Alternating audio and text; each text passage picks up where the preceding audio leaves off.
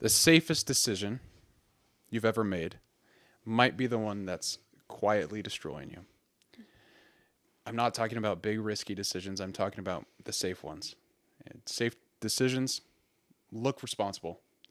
It's things like, I have a stable job. I don't want to take a risk. I don't want to try that new thing because I'm comfortable where I'm at. And over time, that comfort can bleed into other aspects of your life and kind of slow you down.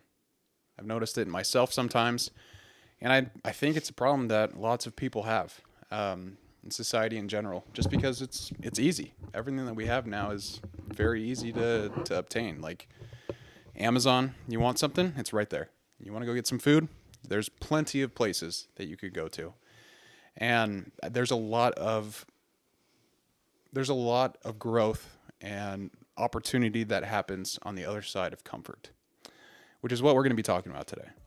Is how do we get past that fear? What do we do to mitigate that? And how can we ultimately step out of our comfort zone and try and grow? That's what getting after it's all about. It's what life's all about. And today I have my lovely wife, Alessandra. She's joining me. Hello. Welcome. You can call me Allie. I call her Allie most of the time. I just think Alessandra's beautiful. It's a great name. Not you. I'm just saying it might be hard for others to say. Yeah. It is very long. It is quite. I realize you do call me Alessandra most on the podcast. I do. Well, I think it's professional and trying to have a professional tone here, Well, I appreciate it. Thanks for having me back. Of course. Always. And I brought you on for a couple of reasons. One, I want to talk to you. You're my favorite guest. But two, I think you've also experienced what it's like to go from comfortable to trying to grow. And I would love for you to share that experience. I'll lead you to it. I'll get you to that point to where you talk about it. But and then on the contrast, there's me, who's kind of going through it right now. There's a lot that I'll dive into specifically about that. But I think I just wanted to get two different perspectives of someone who's been through an area where they noticed that they could grow. Mm-hmm. And then someone who's trying to do it right now. So hopefully that helps. But before we jump into it, welcome to the Getting After It podcast, my friends. Happy to have you here. As always, it means a lot that you sit here and listen to what we have to say. I want it to be valuable, so I take this very seriously. But before we start, we have some news. We got some big news. I got a baby in my tummy.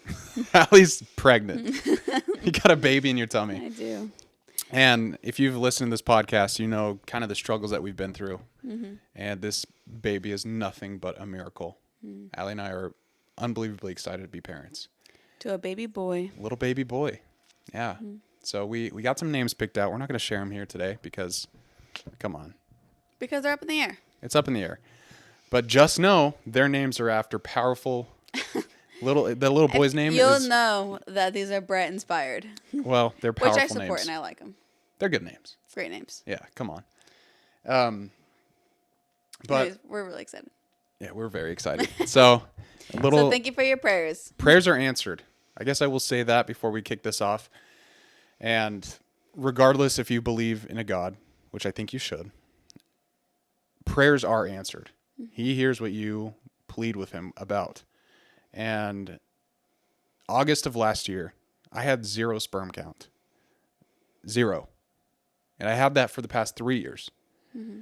Probably more than that. Probably more, yeah. But it's nothing but a miracle to me. Yeah. So thank you guys for your prayers. And I know it's kind of been interesting following along with our little journey here, but it happened. And we're so excited. Due September. Due in September. National Getting After It Day is September 27th. So hopefully they're not born that day, though. Yeah. I want them to have their own day. True. Anyways. National Getting After It Day / Brett's birthday as well. Yeah. So. Absolutely. Why don't you give a little teaser of what you're going to talk about? And then I'll talk about mine. I don't know what I'm teasing about. CFI to pilot. I would say that was a big shift. So I guess one of the biggest stepping out of my comfort zone times in my life had been going from instructing as or in a little Cessna. I'm one on one. I got familiar, comfortable with my students, with the maneuvers, with the material. Going from that to an Airbus is shocked that that's legal and allowed, but it is. And that transition was wildly overwhelming. Beautiful. Yeah, we'll talk about that because there's a lot of lessons I think you learned there during that time that I'm learning now. So I'll go ahead and kick it off. I want to tell my story and some of the things I'm going through. And if my work watches this, okay.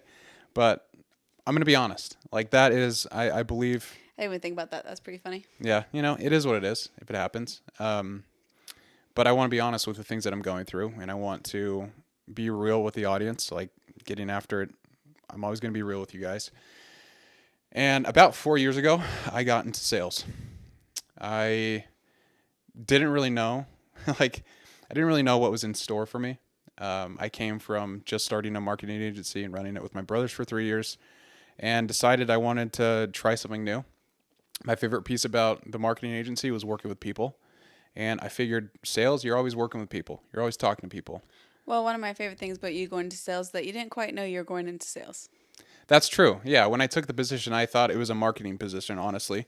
And when I got there, I was kind of taken aback. I was like, oh, okay, this isn't marketing at all. This is sales. But you were still in a position to do what you enjoyed with people and stuff. Yeah, no, and don't get me wrong. Like, I've definitely enjoyed my experience the past 4 years. Right. But it hasn't been recently where it feels like something is off. And I've been doing like a deep dive into why I decided to go into sales and all those things. So yes, I didn't really know. But when I was there, I performed well. And I think that's the hard piece is like I was doing great. I missed my number and we had monthly quotas, but I missed my number the entire time I was in sales twice. Mm-hmm. And I remember those months and they sucked and I thought I was going to get fired, but I didn't. I remember that as well. Yeah. And so like, I never asked myself though, do I actually want to do this? And because I was good at it, I thought that that's what I should be doing. Mm-hmm. Because I'm can go up and talk to someone and within 30 seconds we're friends. That's why I love trade shows. It's kind of fun. Mm-hmm. But like, that's not the same thing as wanting to do something. And I do want to be very clear. I'm in a good spot right now. And I think because I'm in a good spot, that's where I'm having these realizations. Because I don't enjoy the work. Like, that's the truth. It's the honest answer is I don't enjoy the work. And that's a hard place to live in. It's a really hard place to live in because your job is, it's 9 to 5, 5 days a week. So I'm spending, at least 40 hours a week doing something that I do not enjoy, and it's difficult. And the why behind it, why I decided to stay was, yes, I was good at it. The paycheck was healthy and nice. And for me, it was the path of least resistance. Because I tried like, okay, well, I'll do this. I'll try and get promoted. But the more I got promoted, the more I hated it. Right. It's the new position that is the most frustrating part, it sounds like. The work that you don't want to do the most. Yeah. And I think it's been just like a realization, a slow realization. Mm-hmm. And it's funny because Chris Williamson, he has all these lessons that he calls unteachable lessons. And one of them is to not chase money. Mm-hmm. And I've been chasing money for the past 4 years with something I don't typically like to do. Like, I enjoy the people aspect, but I don't enjoy the chase where I have to, go and find someone, have lots of conversations with them, continue bringing them through. Maybe that deal falls through, maybe they close, but then I got to do it all over again. It's the same process over and over again. And it's very monotonous, but it's also very difficult. And it's just, something that I haven't realized until now. And so Chris Williamson's unteachable lesson definitely applies to me right now, because in what he means by that is you can't learn that from someone else until you live it yourself. And that's things like, you don't like that girl, she's just pretty and hard to get. That's one of the things he says. Or same thing with the job, you don't like that job, it pays you well. Do you remember any of his other ones? Mm-mm. Anyways, they're all lessons like that, where something you have to live through something to actually Or like, learn the I lesson. think one of them is something um, like, oh, I guess it's kind of what you just said. Money doesn't bring happiness. Yeah. And everyone's like, yeah, right. If I had $1 million, that'd be great, you know. But Right. then you get $1 million and no one's happy unless they have Yeah. other satisfactions in life. Yeah. And so it's made me do like a lot of soul searching in a sense. Makes sense. Like, why am I not happy in this role? What do I not like about it? And I've had to take a step back and actually do the work that's required to understand, like, okay, what are the pros? What are the cons? And I think that's something that you have to include in part of a process like this, is evaluating what, you know, what is good and what is bad, and then what the outcomes could be if you stay or if you go. Let me ask you this. Obviously, this is a newer role, new responsibilities, new company. What about it do you feel like is pushing you out of your comfort zone? Or what's the reason you're feeling so uncomfortable in this new position? I know it's a lot Yeah. of change, but like, do you think that the reason that it's been so difficult is because it's uncomfortable right now? It's a great question. I don't think so. And I've thought a lot about that. And yes, like a lot of processes are new. It's a new team, it's a new company, so I have to learn a bunch of new things. And I enjoy the data piece of it, but what I'm being asked to do is not what I expected to be doing. And on top of that, like I know I'm not someone to shy away from discomfort and uncomfortable situations. You know, I try and train for that specific reason. So when life does throw challenges at me, I'm a little bit more prepared for them. I know how to handle things. I would mainly say that it's just I don't enjoy the work. Like I don't enjoy the hustle of sales, really. Like going after and trying to find all these people, reaching out to them, getting contracts signed. Like, it's not what I want to do. And I was thinking about this all weekend. And I think the main reason why I feel uncomfortable in this position is because it's very solo. And I really like to interact with the team, but I also really like it when I was working at the marketing agency, when I was the point of contact for a person, like one of our clients, and I was the one who was able to come up with solutions and help them if they were stuck or if they needed to answer some, or they needed to ask some questions about their advertisements and their reporting. And I really enjoyed that aspect. It felt like I was helping them. And here it doesn't feel like I'm helping anybody but myself. And that's kind of tough. Like, you could argue that by selling the product that I sell, I might be helping someone, like either achieve better growth, have more bandwidth on their team. But it's just, I feel like it's all just solo. It's very lonely. And I don't think that's what I want. I want to interact with the team. I want to build deep relationships with people. And again, in sales, you do that to a point, and then you hand them off. And I want that consistency. So I hope that answers your question. Yeah. The solo aspect has been the most difficult Yeah. part so far. Yes. That's where the uncomfort is probably stemming from. Yeah. And the fact that I feel like I don't help anybody. Yeah. I think that's another big challenge. And obviously the fact that it's brand new. New people, new everything. Like, Yeah. that's got to be uncomfortable no matter how confident you are in your abilities to sell. Yeah. You know? Yeah. True. You got to make a reputation. You got to hold your reputation. Right. And it's probably hard because at Pattern I had a pretty good reputation, and here I don't. Not yet, because I haven't proved myself. Right. Can you tell me a little bit about your experience? Well, I think it's probably similar to anyone's experience that they have had to make a transition in their life. And it's kind of like what you're talking about. Like, you were in a different position in sales, and then it was kind of like a promotion where you got a new closing role at a new job, and it was like the shiny new toy and something that you always thought you wanted. Like, that seemed like that was the next step to progression. Same with my career. Like, typically you go from a CFI and then you go fly a jet somewhere, maybe like at a regional airline or whatever, flying a CRJ or something. But I was fortunate enough to go straight from a Cessna to an Airbus. And it's like kind of embarrassing to say that because I don't want people to be like, I don't ever want to fly with her. You're a good pilot, though. I have enough experience. Yeah. So it's like, hopefully you wouldn't be able to tell how many years I've been flying. Like, hopefully seems like I'm proficient like everybody else. Because I'm definitely comfortable now in the Airbus, obviously. But that transition was very difficult for me because it's also hard to explain. Like, the Cessna, we flew with like the most basic instruments. It's called a 6-pack. Like, these are like... So it's called? There's only 6 instruments? Well, yeah, like 6... basically 6 instruments that are telling your altitude, pitch, like all the basic maneuvers of the plane, like the configuration, that kind of thing. Your climb, descent, all those things.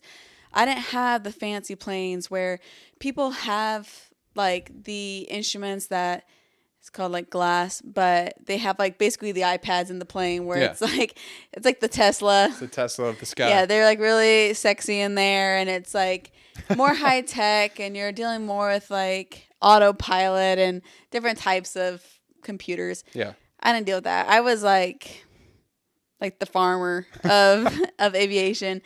And then to go from that to an Airbus where everything's a computer and you're not really flying anymore. That was one thing that was hard for me is I like aviation because I like to fly. I like to be hands-on. I like to be in control. And sorry to break it to everybody, like, your pilots aren't flying. Like, you take That's off. That's actually crazy. You've told me some stories where it's like, you just read up there. Okay, we probably shouldn't be telling people that.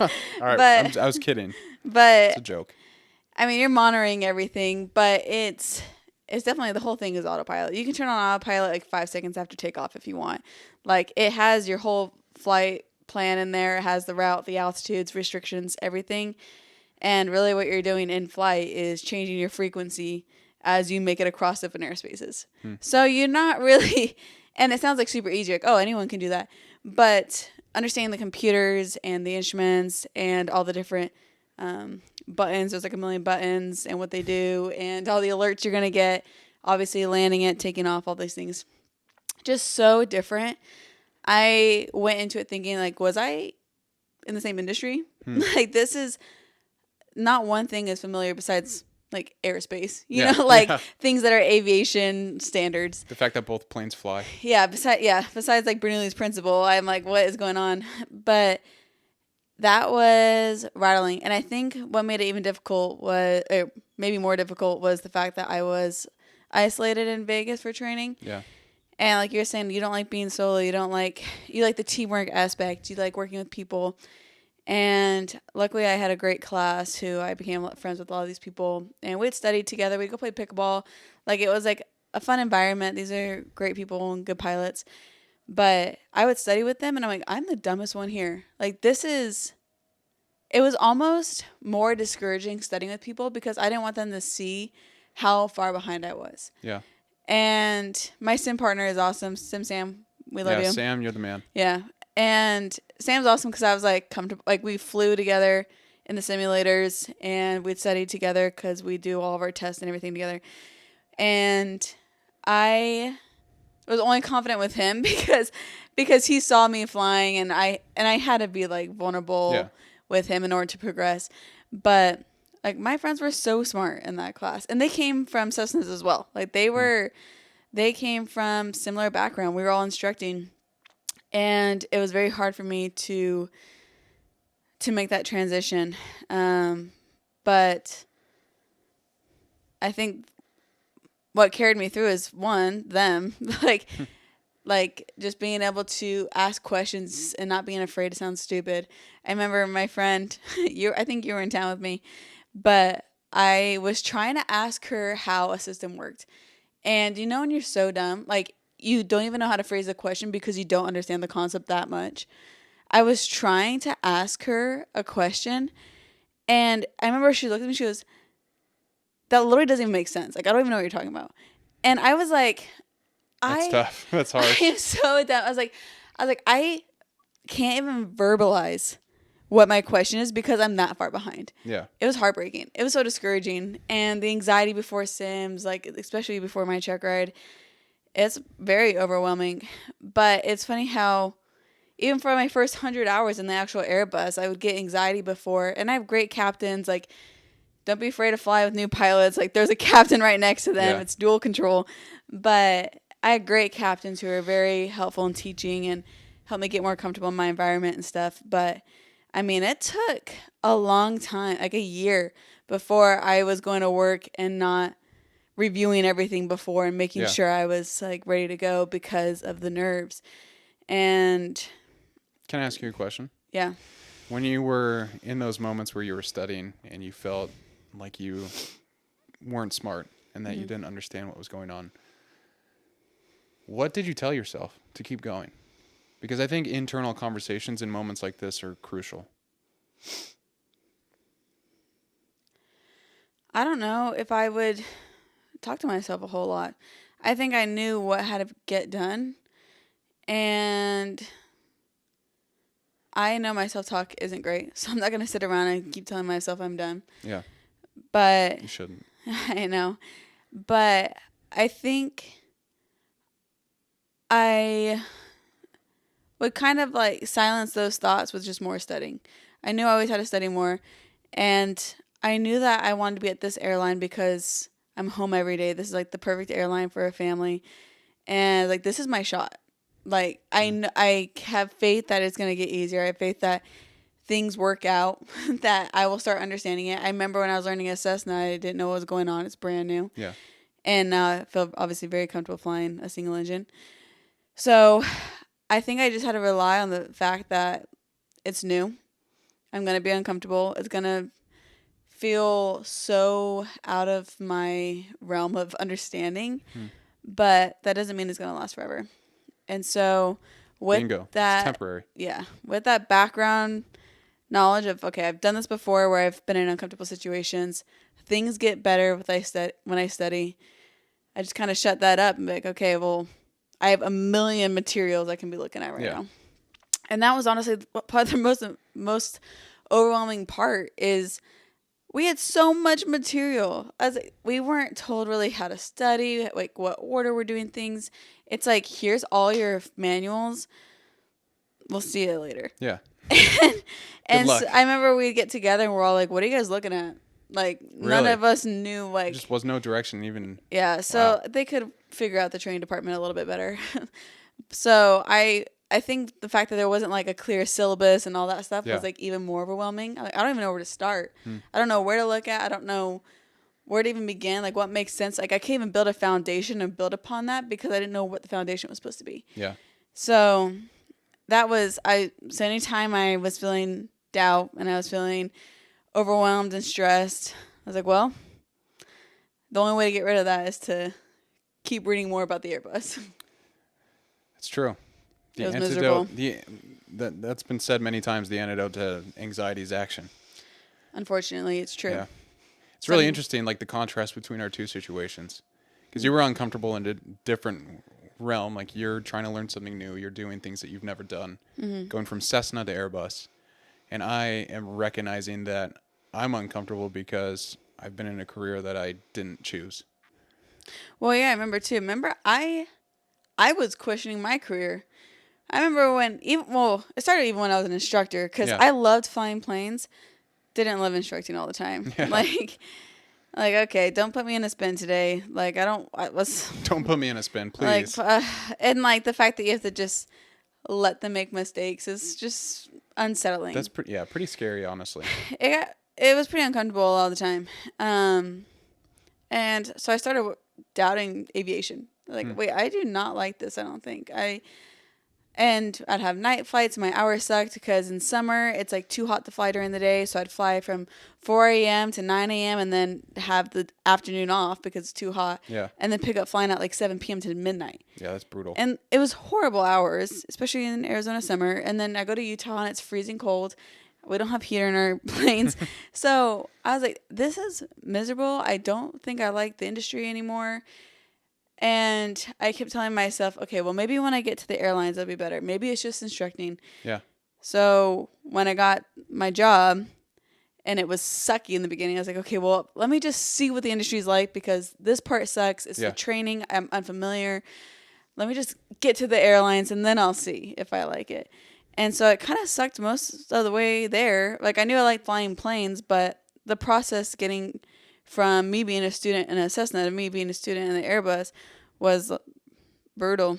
I questioned it a lot. You and I talked about it. I'm like, should I stop? But I I've already remember put those so much money and conversations. Yeah. time into it, so I wanted to see it through. But I think that doubt came in more often than I thought it was going to. If I was in the right industry. You just kept going forward. Yeah. I was like, It's well, impressive, honestly. I'll see it at the next spot. It's like I feel like I'm making checkpoints, Yeah. and then I'll reevaluate once I hit the next checkpoint. Yeah. I was like, well, I knew I didn't like instructing because I felt kind of uncomfortable with some of the students or whatever it may be. And it was the hours. I'm like, okay, well, that's not a factor when I'm with an airline. So maybe I just get to the airlines and then I'll like it. And then I didn't like the training department. But now that I'm actually in the industry, like airlines is like such a legit job. Yeah. Like for now that I have the knowledge, it doesn't take much. It's like this airlines is the reward for all the hard work. the sucky hours leading up to it. And The so whole now I investment. can be like, okay, like I kept seeing it through and now I feel more confident in my position as an airline pilot. But the whole way I was like, are we sure about this? I mean, it's admirable that you push through because I think a lot of people would have quit. I don't know. It's hard. It is. It's just you're living in a moment where all you feel is discomfort and you have to push through. Right. And if any of us want growth in life, that's what we have to do. Yeah. And I know, like, with what I do next, like, I'm going to be uncomfortable. Like, the next few months of my life, it's going to be probably pretty uncomfortable. And, you know, maybe I'll stay, but maybe I'll look elsewhere. Just got to figure out what I want. And that's the thing with the root of it. Like, the root of my career, I liked planes. I liked flying planes. I wasn't that kid that when I was 3 years old, like, plane, I gotta fly those, you know? Whoa. Yeah, it wasn't until, like, college I was like, okay, I'll try it. But the reason I say that is because the root of why you're uncomfortable in your position right now and what you're not liking, it seems like that's like the whole job. Yeah. Like you made it, and it's like if I was now in the airlines and I'm working a regular job and I still don't like it. Yeah. And that's the position you're in. Yeah, I went from entry level to senior. Yeah. And now it's like, oh, man. You're like, thought it was going to get better on the I other thought side. it was going to be so much better. But I'm so happy you don't have to look down that route anymore. And that's the thing, is like I'm glad I understand that. But it really is because I believed the lies of comfort for so long. It's tricky. Comfort's tricky. It's a little tricky bastard. Because you want to, like, you like it. I like I like the people aspect. And Well, I'm saying the comfort itself. Like, comfort is cozy. Comfort, like, it's natural to like it. And it's, you think you're in a good position when you're comfortable. yeah, I wrote down a few like thoughts that I've had. Okay. And this is comfort wearing a disguise. So it wears the disguise of logic. For example, in my situation, okay, I've built something here. I'm staying. It also looks like timing. You know, it's not the right moment to make a decision. Maybe when things settle down, I'll do that. Or like practicality. I have bills and responsibilities. And it's kind of what I was saying in the beginning. Like, comfort seems very responsible because you're thinking through it like that. And at the end of the day, it's like, yeah, you might be, but there also might be something out there that you love and would be so good at that you just need to take the risk. That is an interesting perspective, because do you think typically, like, if you're uncomfortable in a job position, just because we're talking about jobs, if you're uncomfortable, then you would think it'd be easy and the stronger desire is to change careers. However, the change itself is uncomfortable. Yeah. So you're in an uncomfortable situation, you hate your life, you hate your job, and then you continue the discomfort by changing jobs. Right. Or switching to whole careers. Like, that seems like very contradicting. Like, that, it seems like that wouldn't be the solution. Yeah. But, I mean, obviously, seems like depending on your current situation, that can be the solution. Yeah. And I told you I was talking to Bryce about this. Yeah. And he said one of the things that stood out was, good thing you figured this out now and not 10 years down the line. Yeah. And I think that's a lot of, like, there's a lot of truth behind that. Like, everyone's timeline's different. That's also something else I'm learning during this is, I think societally and personally, maybe we think that we should be at certain checkpoints in our lives. It's like a video game. Like when I'm 25 to 30, I need to have the checkpoint where I'm married. Like stuff like that. I don't just people kind of Expectations. expect themselves to be in certain places. And when I was talking to Bryce about this, he's like, it might feel like a step back, but at least that step back will help you go so much further down the road. True. And it's like, yeah, I mean, comfort does feel responsible and it's seductive. Comfort is like, even now I'm going through all this stuff. Like I've been pretty stressed out, this, and that stress has also made me not want to like exercise and like push myself hard.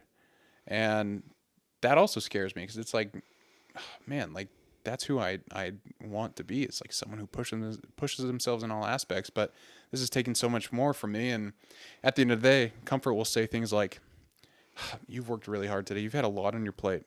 Like you should probably just take it easy today. You don't need to go run. And I know better than that because I know what's on the other side of that discomfort that comes from exercise. To switch gears a little bit, I had an experience like this when I first started trail running. I wanted to run my first ultra marathon, and my coach Jackie was like, "Okay, well, you got to go out and run on the trails." And I'm like, "Okay, Checks out. Yeah, checks out." And I remember trying it, and like the first time, I think I got like 6 miles, and I was like, "That was the hardest run I've ever had in my life." Really? 6 miles, yeah, just because it was like elevation and different trails. Like my pace was so much slower than I'm used to, and this is after I ran sub 3. That's one of your hardest things. You're a prideful son of a gun with that watch. I know. You have a real hard time when you're... That's a blessing I have, I think. I don't even care to look at the watch. I don't need to bring it. Don't care about my pace. No, that's a blessing. Like, that's beautiful. Doesn't matter. I don't need to know what my pace is. None of my business. I just like having data. I know. You love data. And of course, it's going to be slower pace when you're going on terrain. But I remember like thinking, okay, there's no way I can do 30 miles on the trails. There's no way.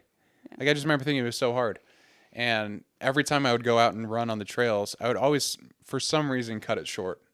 And again, it was comfort being like, hey, you're out of water. Let's just cut it short. You want to be safe. Or, you've ran a lot this week. Why don't you just pull it back today? It's Saturday. You can relax. You could try and get me to stop.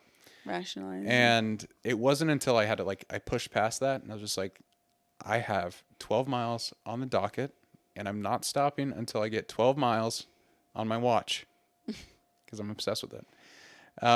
Brett made us turn around when we were driving to go back for his watch. We didn't even leave. We left the cul-de-sac. Yeah, I reversed all the way back. We did leave the cul-de-sac. Yeah, you're right on that. Nothing wrong with that. Yeah, but it's like the same principle applies with what we're talking about today. Is like I had to mentally push through, and now I love trail running. Like it's kind of like your experience with becoming a pilot for an airline. Mm-hmm. It's like that 3 months was a grind, nothing but a grind, and now you're on the other side and you're like, okay, this is actually pretty cool. Right. And same thing with trail running. Like it took me months to get to the point to where I was doing well on the trails. I always think I like the trails because, one, I'm not huge on my pace, so it wasn't a factor. Yeah. But I feel like it goes so much quicker when you're just looking around. Oh, for sure. Like I can't run without music if I'm on the street. In the trees, I almost never bring anything, but I'm also kind of scared of animals. Yeah. So my ears are like... You gotta get some of the shocks. True. Then you can hear all the mountain lions running at you at the same time. Well, I don't know if I want to know if they're coming, actually. Should I just let them take me out? It's not like I have a chance. I mean, a mountain lion, you probably wouldn't even know it was coming up behind you, though. Great. Love that. Jump on your neck. Thank you for that. But a deer, you would hear a deer. So. That's true. I almost got chopped by a deer one time. What? Tell me that story. I was just running. And I turn a corner, and a deer jumped the path right as I was turning. And I thought if I had gone a little faster, I would have just gone over the edge with him. That's scary. It scared the crap out of me. I literally screamed. Yeah. I saw a turkey one time and scared the hell out of me. Yeah, turkeys are scary. But anyways. Sorry. No. I mean, I love talking about random things. But I did But have it a just good goes to message. show that pushing through the discomfort with your trail running and my aviation, it seems like it's the same type of thing where in the end it ended up being worth it. Yeah. How do you identify between is it worth it to keep pushing through or is it time to call it quits? In your opinion, In my opinion. your experience, I suppose. Yeah. I think you have to be in tune with yourself first. You have to know if your thoughts are rational or if they're not. That was a big thing for me during like the first few weeks of my job. I don't think I was thinking rationally, so I didn't want to make any decisions like for my future just based on those short weeks. Off emotion. Off emotion. So I think one, you need to understand your thought process, and if you are looking at it through a realistic and rational lens. And then two, I think life's too short to do things that you don't enjoy. And I'm talking purely about like when to call it quits with like work right now, and then I'll switch into physical because it's a different story. Life's too short, and I don't want to be in a life where, or I don't want to be in a job where I don't enjoy going to work because life's short. Second, sorry, go ahead. I was just going to add, someone may be listening to this and be like, that's great for you. Like, this is my only skill set and I have a family to provide for. Yeah. And I understand that we are like privileged. Like we have been able to get the education we need in order to do careers we want. And the reason I say that is because I've seen videos on TikTok and same concept that we're talking about where you don't want to be miserable every day. Like in order to have a fulfilling life, find the happy balance of bills are paid, but you don't hate your life going to work. Yeah. And a lot of times people are commenting like, oh, cool, can't do that. Like a lot of people don't feel like that's in their wheelhouse. And I like to think that it's more available to people than they think. I think there's a lot of different careers, a lot of different jobs, a lot of opportunities.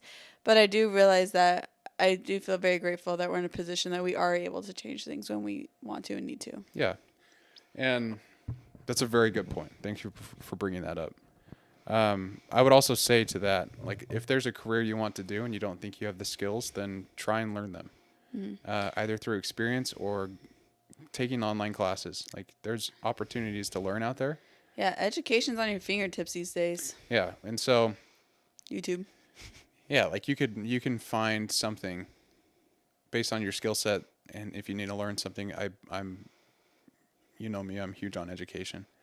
I think you can do it, and if you're driven enough, like I think you can open up some doors. It might take longer than you expect, but I don't think anyone's pigeonholed ever. Like, yes, I know there's people out there who have a specific skill set and who have families to provide for, but that just might mean you might need to stay up a little bit later every night, study for a couple hours. Right. Or you might need to take some classes or get certified in something. Doesn't mean it's going to be easy, but at least you're taking steps to make your life a little better. And obviously that doesn't mean you're going to have your dream job. Yeah. Like you want to be a teacher. I would love to be a teacher. And you want to be an author. Oh, man, two great things. And when you're a kid, you want to be an actor. Yeah, I'd still like to get an acting job. If anyone's out there, like, I'll start with voice acting, but then maybe I'll get into the movies. But what I'm saying is, like, you would love those things. But at this time in your life, like, there's got to be that graph of, like, you want to make more money than a $40,000 teaching career. And if you want more money in that situation than a teaching position, then you're favoring a different job. Right. But it doesn't mean that you can't find other careers that have teaching aspects, like being a lead, like a team lead. Yeah. You know, so even though you think like, oh, I only want to be a teacher, talk with ChatGPT, because there's other positions often with like things that you enjoy and the skills that you have that are in careers that you may not have ever thought of. Yeah. So if you're feeling stuck, like maybe spend some time really evaluating what careers are optional. Absolutely. So not that I have any experience with this, but this is just my 2 cents of the conversation we've had over the last 2 months. Yeah. It's been that long. Wow. Almost. Yeah, you're right. No, but I think that's a good point. And I'd be a hypocrite if I didn't say that I didn't think everyone was capable of greatness. Yeah. So if there's a mom or dad out there who's providing for their family and they don't like their career, you can do great things. It's just going to take some work. It's And gonna what take you're some doing work. at home is probably a great thing. So be able Absolutely. to recognize that. And I firmly believe families and relationships are much more important than what you do for work. Right. But talk to other people too. Like there's mentors out there. There's people who you can network with and become friends with who can lead you in the right direction. Doors open when you talk about it. Yeah. Like I've had so many great conversations throughout my life with people who I consider mentors who've given me direction. Right. And who have introduced me to other people. So, yeah, I hope that, I guess you didn't really ask me a question, but I think that's an important point to make. So thank you. I didn't mean to cut you off. You were going to go into fitness potentially? Yeah. So fitness wise, when to break versus when to keep going, Right. or when to stop versus when to keep going. And my rule for fitness is very simple on when to stop. Are you going to be physically harmed? And if you think that you are, I would stop. I don't think it's worth it. Like, for example, the high rocks, I was super sick. It wasn't worth it. Right. Yeah. You were going to be in the med tent for Yeah. the next 5 hours if we kept going. Las Vegas Marathon, when I pulled out because I was having an asthma attack, it sucked. Got 10 miles in, but it is what it is. Right. Like, if you're feeling that you're harming yourself, then I would say that's a fair point to stop. Yeah, that's one thing that you and I always talk about because of how okay I am with having a slow pace is Brett and I will talk about our Saturday long runs. I'm like, you have 30 miles. Like, who cares if you're walking 10 of them? You got to get 30 miles on those feet. It doesn't matter the pace. Yeah. But obviously that's not ideal for all types of training. But a lot of times, if you can just keep taking those steps forward, then that's still better than if you stopped. Whether it's fast or slow, I don't think it matters a lot of the time. That's one thing that Jackie used to always say. She'd be like, with ultramarathon running, it's time on feet. If you're going for speed, obviously, that's probably a different story and whatever. But ultramarathoner, like, a lot of times you are walking. Yeah. If you're in those high mileage, like, I don't imagine Cocodona 250. I don't imagine people are running 250 miles straight all the time. Yeah. So, obviously, the only ultramarathon I've done was a 50K, but even in that situation, like the training, I'd have a marathon for training, and the days I felt super weak, I'd be like, it's time on feet at this point. Yeah. And I'd have to remind myself, if I'm moving forward, that's progress, and that's a win for the day. Because my goal was 26 miles that day, not 23 miles fast, or Yeah, or and that whatever. makes sense. It's like, So, I know, I need to be better at that. but I think that's translated from also what I learned in the aviation thing, where it's like sometimes really sucked and I was going really slow, but I was still moving forward. Yeah. And so it depends, I think, on how bad you want it. Like, what's the goal? Is it to go fast or is it to go far? Yeah. And adapt accordingly. I love that. One thing I was going to say about comfort specifically is I think getting out of comfort zone requires humility. And that's something that's not really talked about a lot. Right. But for example, like, you have to be humble enough, and for me specifically, to tell or to say that, this isn't what I want to do. Scary. And it is scary. And you have to be humble with running, like, because I'm a prideful son of a gun, like you said about my watch. Right. Love you, though. Yeah, I mean, it's the truth. I'm trying to work through it. But yeah, like, I would look at my time and be like, man, I can't hit my pace. This is not even freaking worth it. Right. When I have to be humble and be like, I need to get the distance done. Right. Just things like Strava's that. a great tool and also everyone's downfall. Everyone's downfall, yeah. You can hide your Strava, though, if you really are insecure about time. It's true. I'm not insecure about it. Just kidding. I'm just kidding. I set a standard for myself, and now I have to hold it every time I run. That's how I feel. I mean, obviously, that's not true, and I need to be humble about it. But I think getting out of comfort zone requires humility, because you're going to have to tell yourself that you are either wrong, that you need to start over and be a beginner and have to learn, or that you made some decisions that you need to fix. And that's not comfortable. Being humble is hard. Humility is difficult, but it's worth it. Anytime I've had to be humble, it's always worth it. Right. So there's that. No, go ahead. I should say, I agree. It's a hard thing to learn. It's a harder thing to practice. Yeah. But the reward of it outweighs it all. I have 4 things Okay. I want the listeners to know, and for us to know, on how to get out of a comfort zone. Okay. So if you feel like you're in an area where, you're maybe a little bit too comfortable, here's what I got for you. Do an audit. I love audits. I thought you don't like audits. I don't like advertising audits. But basically, so look at your life right now, and is there somewhere you're staying because it's comfortable, not because it's right? So ask yourself that question. Start there. Second is ask the honest questions. Things like, do I want this? Does this reflect who I'm trying to become? Would I choose this if starting over? Don't blow it up. Make a plan. One concrete step this week, not the whole journey. That could be one email, one conversation, one application, one run. Finally, find your trail. Find something that you can be physically active with, and go past that first voice who tells you to stop.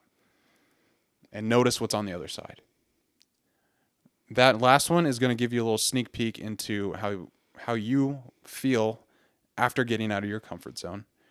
And my hope is if you do that, you will have the desire to do this in all other areas of your life.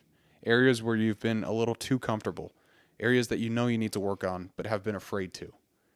My hope is that you try these things and recognize that you're capable of doing more. That's the whole point of this podcast. And really try to find one thing this week where you've been a little bit too comfortable and where comfort has been making decisions for you, and take that part of your life back. There's this quote that I love. The person waiting for you on the other side of comfort is the version of yourself you've been putting off meeting. Dang. It's kind of cool. Kind of slap in the face. Yeah. An important slap. An important slap. But that's really it. And I guess I'll give one last quote. Sorry, quotes back to back here. But this is from Seneca. You love Seneca. I do. And I love this quote. It is not that I am brave. It is that I know what to fear. Wow. And so if you feel like you're fearful, step into that fear. See what happens. And I don't think you'll die. I don't think you'll blow your life up. I think you'll be okay. And I think you'll recognize that too and want to keep going. It's worked for us. It's worked for us. Thus far. That's right. Any closing thoughts? Just that we're about to get a whole lot more uncomfortable when baby comes. That's right. Changing from just the two of us to a whole little family. That's right. It's going to be an uncomfort that I am very excited for. I'm very excited for it too. I know it's going to be hard. Yeah. And hey, I'll have more stories to tell that are probably more relevant for the listeners because now I have a kid and I have to manage getting after it, my fitness, my relationship with you, little baby. Work. You're juggling a lot. And another thing that's yet to be named. I'm excited for that the most. Me too. Well, not the most. Baby. Then Baby, that. and then that. Yeah. Yeah, fair enough. Well, I appreciate you coming on. Of course. I always love hearing your perspective and hearing your stories, and I think the listeners do as well. So you guys better like it. yes. Yeah, you better now. I'm just kidding. I like chit-chatting. I'm a babbler, so. No, it's nice. It makes it go by so fast. I think we've been going for like 50 minutes. Oh, So. sorry. I'm a mumbler, and I talk a lot, so get used to it. Who cares? Who cares? This is my podcast. I'll bring on who I want. But if this hit home for you, please share it with someone who might be going through something similar. I think we all, as human beings, go through times like this. And rate the show on Spotify and Apple Podcasts. That helps it get a little bit more visibility. Comment. Comment, too. Comment, baby. Comment, baby, if you made it this far in the podcast. Just because I want to go like it. Yeah, Allie will go like it, and you'll get a little heart. So, there you go. But yeah, thank you guys so much for listening. I always enjoy having you here, and until next episode, Keep getting after it. thanks, guys.